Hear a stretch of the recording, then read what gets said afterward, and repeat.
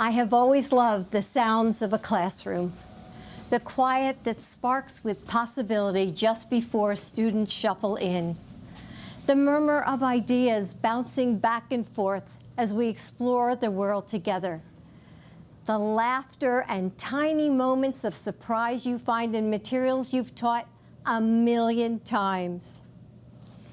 When I taught English here at Brandywine High School, I would spend my summer preparing for the school year about to start, filled with anticipation. But this quiet is heavy. You can hear the anxiety that echoes down empty hallways. There's no scent of new notebooks or freshly waxed floors. The rooms are dark as the bright young faces that should fill them are now confined to boxes on a computer screen. I hear it from so many of you. The frustration of parents juggling work while they support their children's learning, or are afraid that their kids might get sick from school. The concern of every person working without enough protection.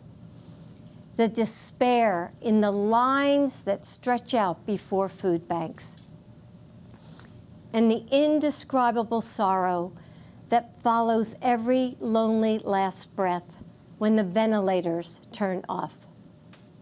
As a mother and a grandmother, as an American, I am heartbroken by the magnitude of this loss, by the failure to protect our communities, by every precious and irreplaceable life gone. Like so many of you, I'm left asking, how do I keep my family safe? You know, motherhood came to me in a way I never expected. I fell in love with a man and 2 little boys standing in the wreckage of unthinkable loss, mourning a wife and mother, a daughter and sister. I never imagined at the age of 26 I would be asking myself, how do you make a broken family whole? Still, Joe always told the boys, Mommy sent Jill to us, and how could I argue with her? And so we figured it out together in those big moments that would go by too fast, Thanksgivings and state championships, birthdays and weddings, in the mundane ones that we didn't even know were shaping our lives. Reading stories piled on the couch, rowdy Sunday dinners and silly arguments.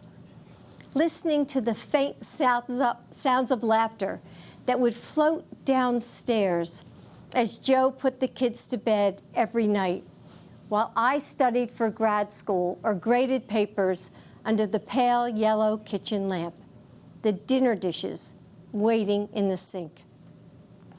We found that love holds a family together.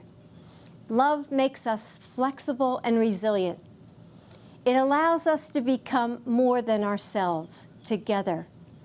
And though it can't protect us from the sorrows of life, it gives us refuge, a home. How do you make a broken family whole? The same way you make a nation whole. With love and understanding, and with small acts of kindness, with bravery, with unwavering faith. You show up for each other in big ways and small ones, again and again. It's what so many of you are doing right now for your loved ones, for complete strangers, for your communities. There are those who want to tell us that our country is hopelessly divided, that our differences are irreconcilable.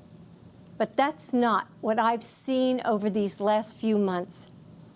We're coming together and holding on to each other.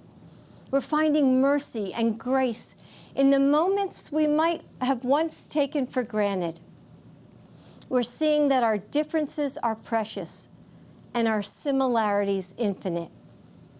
We have shown that the heart of this nation still beats with kindness and courage. That's the soul of America Joe Biden is fighting for now.